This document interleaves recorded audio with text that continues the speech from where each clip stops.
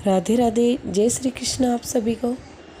तो चलिए आज हम पढ़ेंगे कार्तिक मास मातम में कथा अध्याय 27 और 28 एक साथ। तो चलिए शुरू करते हैं। कृष्ण नाम का आसरा, कृष्ण नाम का ध्यान 27वां अध्याय अब लिखने लगा है महान। पार्षदों ने कहा, एक दिन की बात है, विष्णुदास ने नित्य क्रम करने के पश्चात भोजन तैयार किया, किंतु कोई छिपकर उसे चुरा ले गया। विष्णुदास ने देखा भोजन नहीं है, परंतु उन्होंने दोबारा भोजन नहीं बनाया, क्योंकि ऐसा करने पर सायंकाल की पूजा उनके लिए अवकाश नहीं मिलता।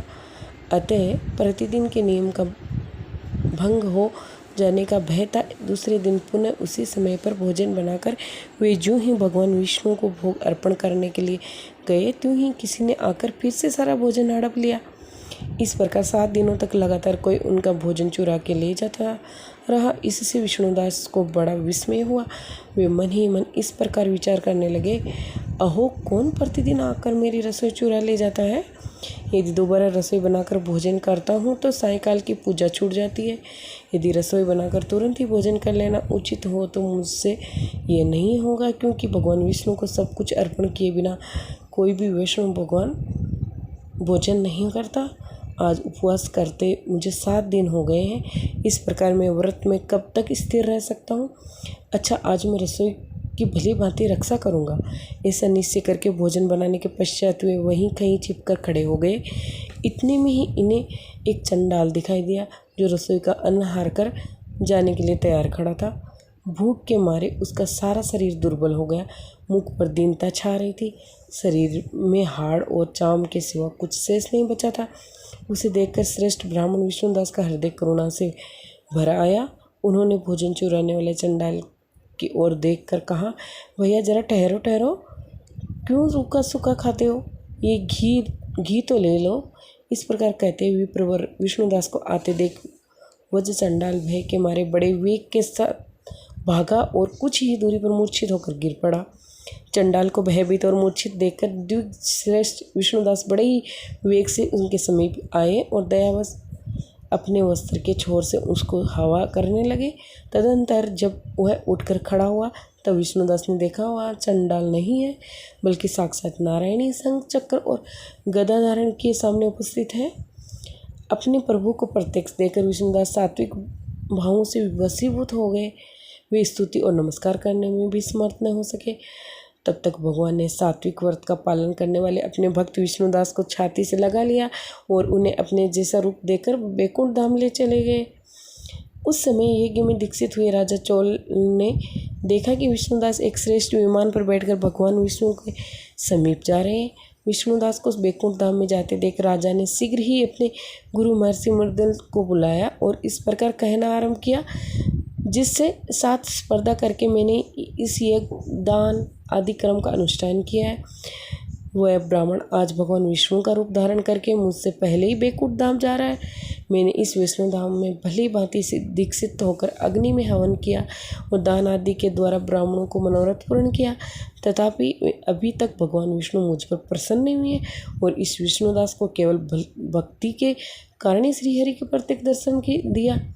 अतः जान पड़ता है कि भगवान विष्णु केवल दान और यज्ञों से प्रसन्न नहीं होते, उन प्रभु का दर्शन कराने में भक्ति की ही प्रधान कारण है। दोनों पार्षदों ने कहा। इस प्रकार कहकर राजा ने अपने भांजे को राज सिंहासन पर अभिषिक्त कर दिया। वे बचपन से ही यज्ञ की दीक्षा लेकर उसी में संलग्न रहते थे, इसलिए उन्हें कोई पुत्र नहीं हुआ। यही कारण है कि उस देश में अब तक भांजे ही राज्य के उत्तराधिकारी होते हैं। भांजे को राज्य देकर राजा यज्ञशाला में गए और यज्ञ कुंड के सामने खड़े होकर भगवान विष्णु को संबोधित करते हुए 3 बार उच्च स्वर में निम्नांकित वचन बोले, भगवान विष्णु, आप मुझे मन, वाणी, शरीर और क्रिया द्वारा होने वाले अविचलन भक्ति प्रदान कीजिए। इस प्रकार कहकर वे सबके देखते देखते अग्निकुंड में कूद गए। बस उसी क्षण भक्त वत्सल भगवान विष्णु अग्निकुंड में प्रकट हो गए। उन्होंने राजा को छाती से लगाकर एक श्रेष्ठ विमान में बिठाया और उन्हें अपने साथ लेकर बैकुंठ धाम के प्रस्थान किया। नारद जी बोले, हे राजन, जो विष्णुदास थे वे तो पुण्यशील नाम से प्रसिद्ध भगवान के पार्षद हुए और जो राजा चोल थे उनका नाम सुशील हुआ। इन दोनों को अपने ही सम्मान रूप देकर भगवान लक्ष्मीपति ने अपना द्वारपाल बना लिया। 27वां अध्याय समाप्त। चलिए अब हम 28वां अध्याय भी पढ़ते हैं। पढ़े सुने जो प्रेम से वह हो जाए शुद्ध स्वरूप। ये 28वां अध्याय कार्तिक कथा अनूप। धर्मदत्त ने पूछा, मैंने सुना है कि जय और विजय भी भगवान विष्णु के द्वारपाल हैं। उन्होंने पुनर्जन्म में ऐसा कौन सा पुण्य किया था जिससे वह भगवान के समान रूप धारण करके बैकुंठ धाम के द्वारपाल हुए? दोनों पार्षदों ने कहा, ब्राह्मण, पूर्व काल में तृणबिंदु की एक कन्या देवहूति के गर्भ से महर्षि कर्दम की दृष्टि मात्र से 2 पुत्र उत्पन्न हुए। उनमें से बड़े का नाम जय और छोटे का नाम विजय हुआ। पीछे उसी देवहूति के गर्भ से योग धर्म के जानने वाले भगवान कपिल उत्पन्न हुए। जय और विजय सदा भगवान की भक्ति में तत्पर रहते थे।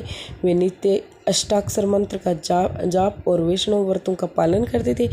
एक समय राजा मरुत ने उन दोनों को अपने यज्ञ में बुलाया। वहाँ जय ब्रह्मा बनाए गए और विजय आचार्य। उन्होंने यज्ञ की संपूर्ण विधि पूर्ण की। यज्ञ के अंत में अवभृत स्थान के पश्चात राजा को मरुत ने उन दोनों को बहुत धन दिया।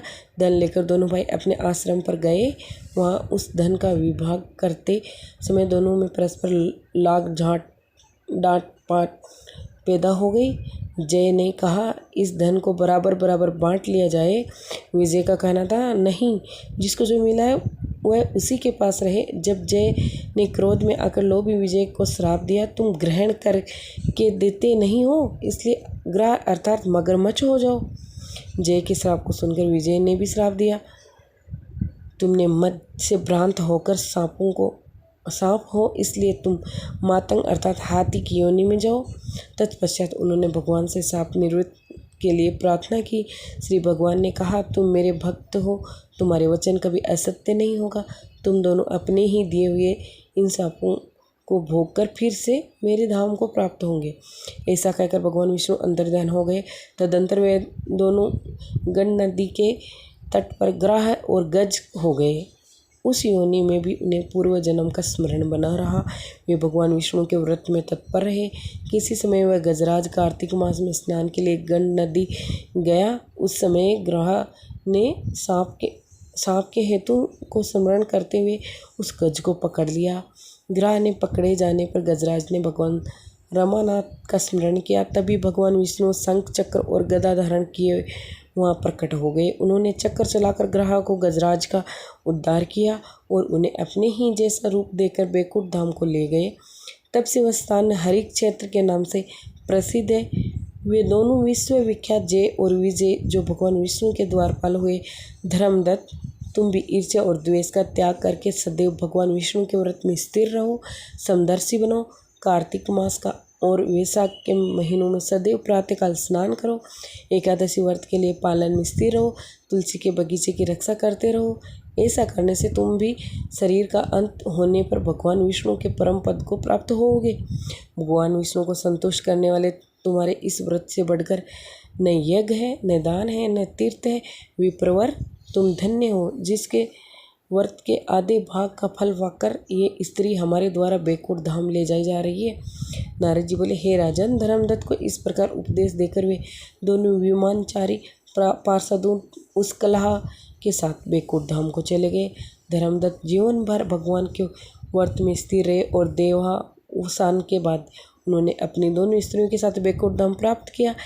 इस प्राचीन काल इतिहास को जो सुनाता है वह जगत गुरु भगवान की कृपा से उसका सानिध्य प्राप्त कराने वाली उत्तम गति को प्राप्त करता है। 28वां अध्याय समाप्त। तो चलिए मिलते हैं अगले अध्याय में। तब तक के लिए राधे राधे। जय श्री कृष्ण आप सभी को।